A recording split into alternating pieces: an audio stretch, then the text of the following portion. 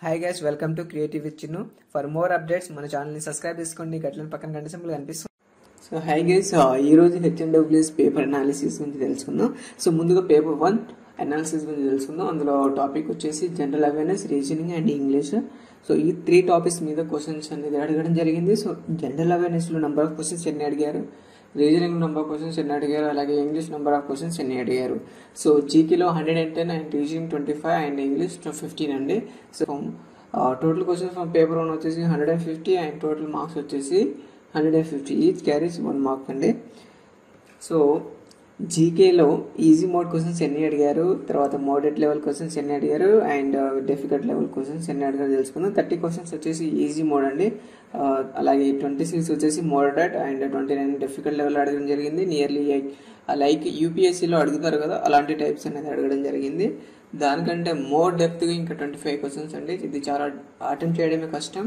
So total questions from GK నుండి 110 అడిగారు.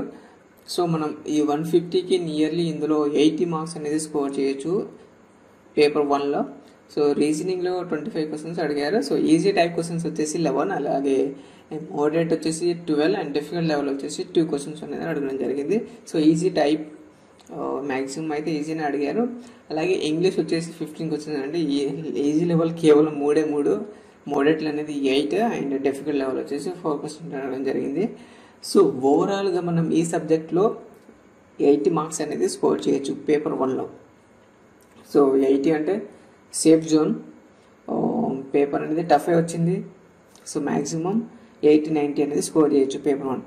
So next paper వచ్చేసి సివిల్ ఇంజనీరింగ్ బ్రాంచ్ కండి. సివిల్ ఇంజనీరింగ్ పేపర్ 2 వచ్చేసి easy.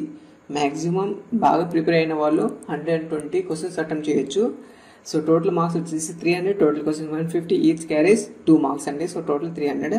So theory type questions వచ్చేసి 120 అడగడం జరిగింది. ఎవరైతే బాగా ప్రిపేర్ అయ్యారో వాళ్ళు మాత్రం ఈజీగా అటెంప్ట్ చేయొచ్చు. అండ్ సివిల్ రిలేటెడ్ క్వశ్చన్స్ వచ్చేసి 4 క్వశ్చన్స్ అడిగారు. అది లైక్ జీకే టైప్ క్వశ్చన్ అనమాట.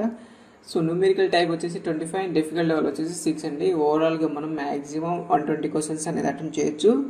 సో పేపర్ 2లో మనం నియర్లీ 240 అనేది స్కోర్ చేయొచ్చు. Expected marks to be score and paper 2లో 240. ఎవరైతే బాగా ప్రిపేర్ అయ్యారో వాళ్ళు మాత్రం ఈజీ 240 స్కోర్ చేయొచ్చు. సో ఇప్పుడు 240 ప్లస్ పేపర్ 2లో 240, అలాగే పేపర్ 1లో 80 మార్క్స్, టోటల్లీ 320 స్కోర్ చేయొచ్చు. సో 320 అనేది సేఫ్ జోన్ అండి. సో ఓవరాల్ పేపర్ లెవెల్ అనేది easy for civil engineering. Other బ్రాంచెస్కి అయితే డిఫికల్ట్ అని విన్నాను. లైక్ ఎలక్ట్రికల్ వాళ్ళకి చాలా డిఫికల్ట్ అని టాక్ వచ్చింది.